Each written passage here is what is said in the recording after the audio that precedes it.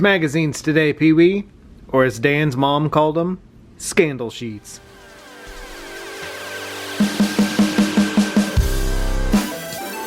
I said you'll have fun, and I won't disappoint you. Happy Friday night, everyone. Welcome to It's All For You, Demon, celebrating the fun of being a Kiss fan. And tonight we're going to talk magazines. Some magazines you collect and they're important enough to deem their own episode. The Poster Book, for example. It's a big magazine, an important magazine in my life, Year of Dynasty, deemed its own episode. But tonight, we're just doing a catch-up on some magazine collecting. And tonight there's really no rhyme or reason to the order or importance of why we're looking at these.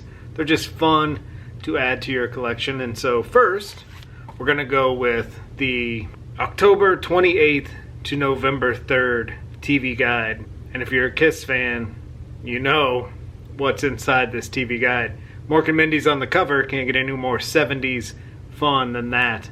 But inside is, of course, our beloved this week's movies, Kiss Meets the Phantom of the Park. Nice little article by Judith Christ on the unknown quantity TV movies. Kiss Meets the Phantom of the Park offers Anthony Zerbe as the mad scientist out to destroy Kiss, a rock group.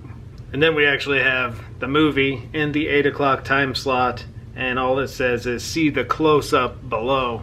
Here's that close-up with a nice little picture of Kiss on set. Of course, you can't see the invisible bars. That's special effects added in after the fact. And then they say, a musical adventure starring the rock group Kiss. The four Kissers are known for their outlandish get-up, theatrics, and rather unflattering makeup, which doesn't come off for the 1978 movie. The story is set at the financially floundering amusement park where the four have been hired to boost the take.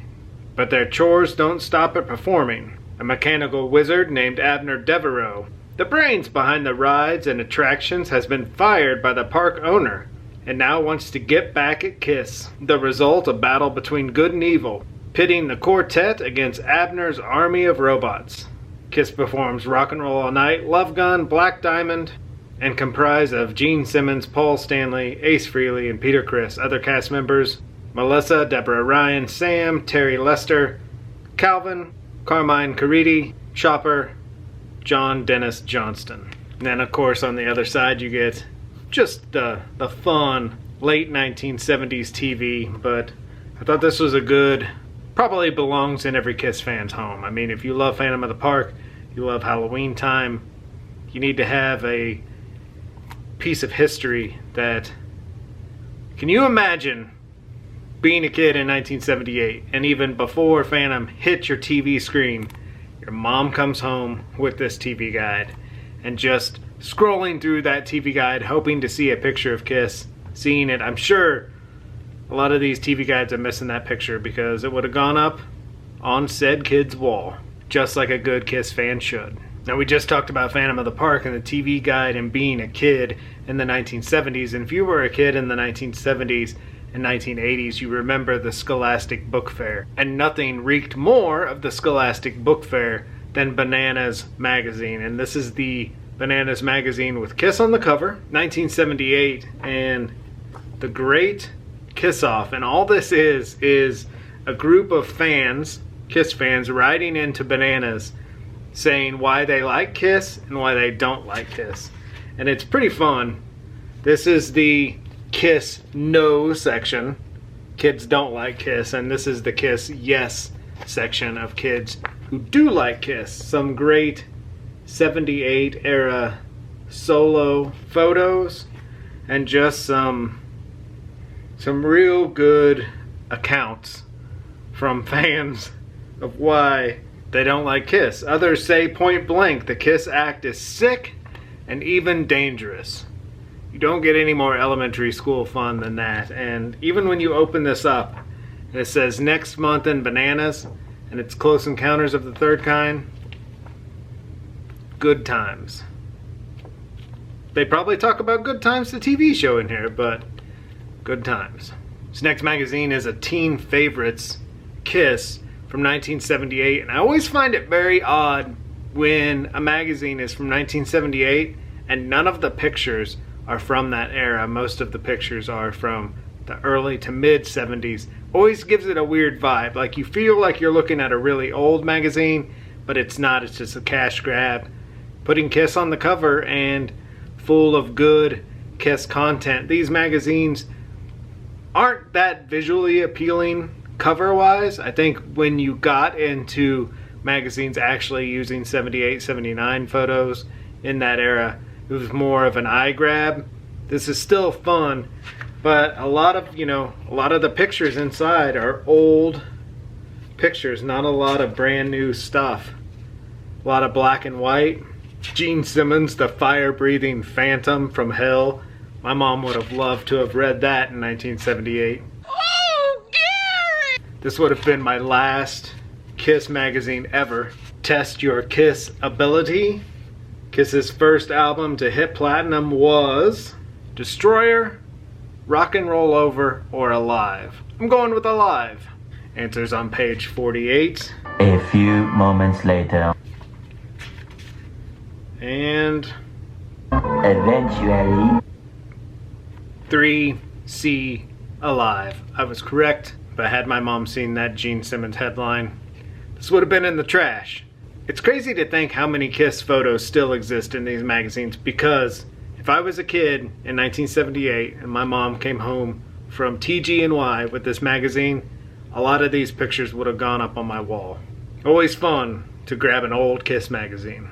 We never talked about this on the channel, but remember when this came out, right at the end of the road, somebody posted online and we all run to Walmart to grab this new Kiss magazine celebrating 50 years. I kind of hit a Spencer's moment with this stuff, because I look at this stuff now. I was happy to get it back then.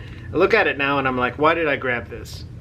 I guess it's cool. I guess it's fun, but just one of those things of like, why? And I think that is my collecting vibe after the end of the road. Now that Kiss is done touring, not going to release any new music, it's kind of over. When new stuff comes out, I'm less likely to run and grab it. And sometimes I question why I ran out and got this. Now, if they would do an 80s centered new Kiss magazine, I would be all about that. That would be fun. This, on the fence. It was kind of fun to buy, kind of fun to have, but why? Again, speaking of brand new magazines, the new Guitar Player magazine with John 5 on the cover. This is a wonderful read. If you are a fan of John 5, you will absolutely love every word of this interview, and it's got a brand new documentary coming out called I Am John 5. It's not going to be a fluff piece per this article. It's going to be about chasing your dreams, and if you are a Kiss fan, you probably chase your dreams. I know I do. Gene Simmons and Paul Stanley talk about that non-stop. It's ingrained in our DNA, and it's nice to see another rock star also talk about that. Very insightful of the man in this interview, and kind of opens up his heart, and you hear and read everything. Some details in here that make me realize why he's such a good guitar player, and also why he collects Kiss the way he does. Grab this magazine, great interview. Look forward to this documentary coming out, I Am John 5. That thing is gonna be a blast. This is kind of fun. Last summer when my wife was in Italy with her friends, she came home with a Kiss magazine, all in foreign language, and that's fun because I don't know if this magazine was available in the States. I love that Mylar look to the logo and the cover, and plus it's like having a foreign pressing only in magazine form. So you just gotta love it. You gotta love when your wife understands your love of Kiss, love of foreign pressings, and comes home with a beauty like this. And lastly, from February '79, Hit Parader with Gene Simmons on the cover. You gotta love the back. The solo album ad, grab a 4-pack. Such great marketing. Odd to see in a February '79 Hit Parader, but if you think about it, Dynasty was nowhere near. You still have to promote the latest record or records. But Gene Simmons on the cover of Hit Parader, can't beat that. Great display piece and great magazine if you are into collecting all of the Kiss magazines. I'm not a huge magazine person. The cover, I'll be honest, the cover really has to grab me. Dynasty Double Platinum, I'm in, magazine-wise. I guess this could be considered Dynasty, February 79, but more of a solo album dig, if you ask me. A fun cover nonetheless. And that's it for this week. Short and sweet, but fun to talk collecting, and sometimes you just kind of amass a bunch of stuff and nothing really is worthy of a spotlight, and so just got to spotlight it all at once. And magazines were huge to me in the 80s, so I guess we should be thankful that there are people out there that kept these vintage Kiss magazines with the photos inside and allow us to collect them in our adult life. Because if there's any Motley Crue collectors out there and you're looking for Metal Edge magazines with Motley Crue pics, I screwed you, because they were cut out, pinned up, Trapper Keepers, traded with friends, magazine in the trash. Thank you for hanging with us tonight and waxing a little rock and roll nostalgia about magazines here in the Wax Night House. Be good to your babies, spay, neuter, microchip, take care, be safe. We will talk to you soon.